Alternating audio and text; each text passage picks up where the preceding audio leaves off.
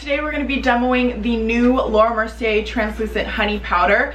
Now this is not one of those videos where I'm going to be demoing the translucent powder on one side and then the translucent honey on one side. I wanted to do that, but then I also wanted to take pictures after, so I didn't end up doing it. Let me know if that's something you guys want to see, especially for those who currently do not own the translucent powder and you know, you guys are really just like, what do I get? Do I need the translucent or do I need the translucent honey? So I went ahead and I swatched them. This is the translucent shade on the top and then the translucent honey on the bottom. I'm also going to insert clips of swatches that I took on my page and some nice product shots that I took of this translucent honey powder. So this is the new powder and this is the older one. So as you can see, you can definitely see a difference in the shade. This one's basically empty, so I actually re-upped on the translucent powder. Just so you guys know, I have to have both because basically translucent kind of gives you more of a brighter look, and translucent, it also gives you a brighter look, but it depends on what color your concealer is. So here is the difference. This is honey and this is translucent.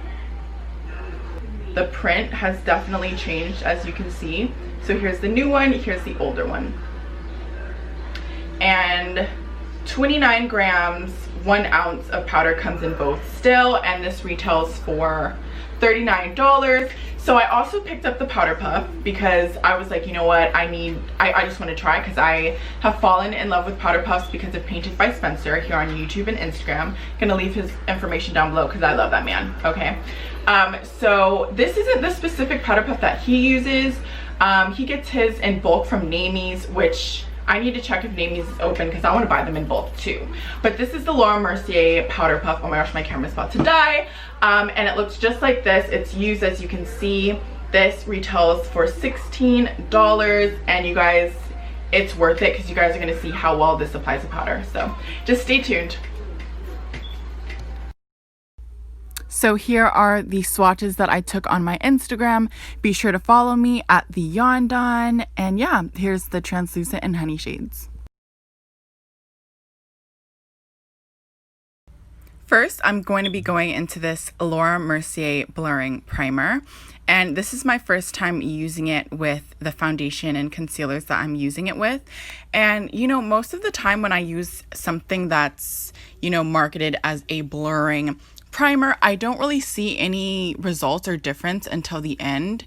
And here I literally see the immediate results. Like, I don't know if you can tell, and I'm gonna kind of get close up to the camera, but it instantly blurred and gave me like this really nice smoothing airbrush filtered effect.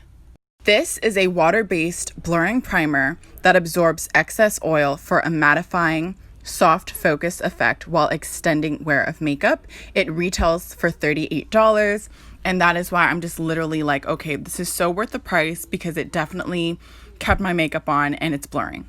Now I'm going in with some of my faves. This is the Mcgrath foundation in medium deep 22 and the Nars natural radiant foundation in Tahoe.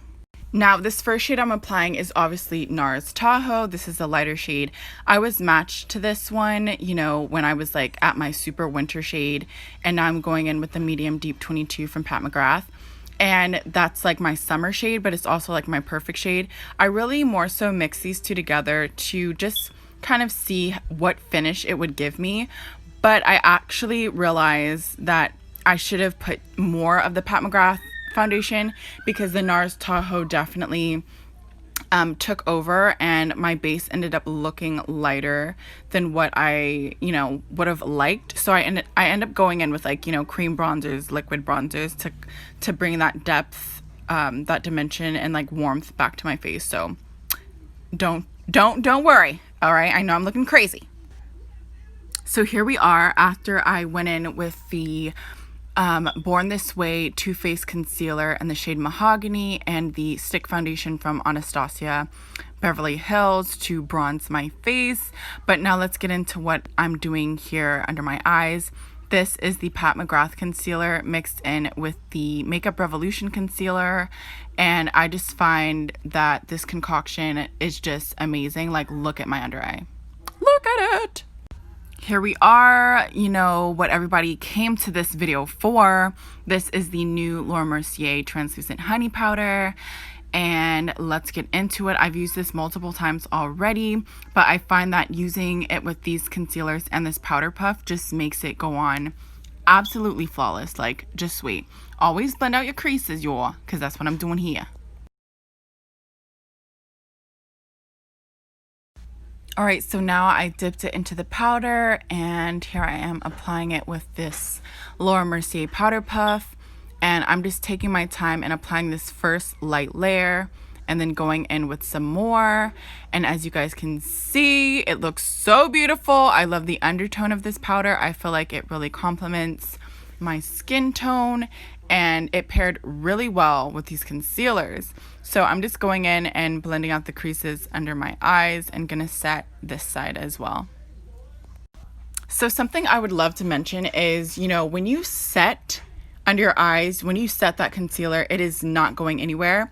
And I didn't properly blend out that harsh line between my nose contour and my concealer before I set it. So I basically set like this little bubble thing, and oh my gosh, like I don't know if you guys can see it, but like you guys will see it. And I had to like kind of like really do extra blending and adding more powder for when I took my pictures to kind of help with it.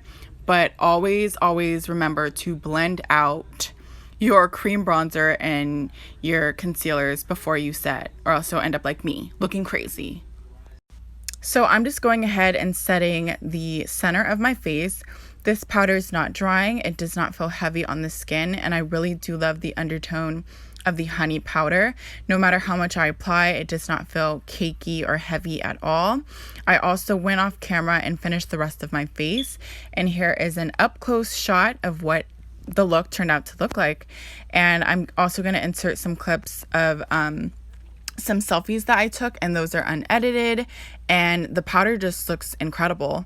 So until next time, I will see you guys. Bye.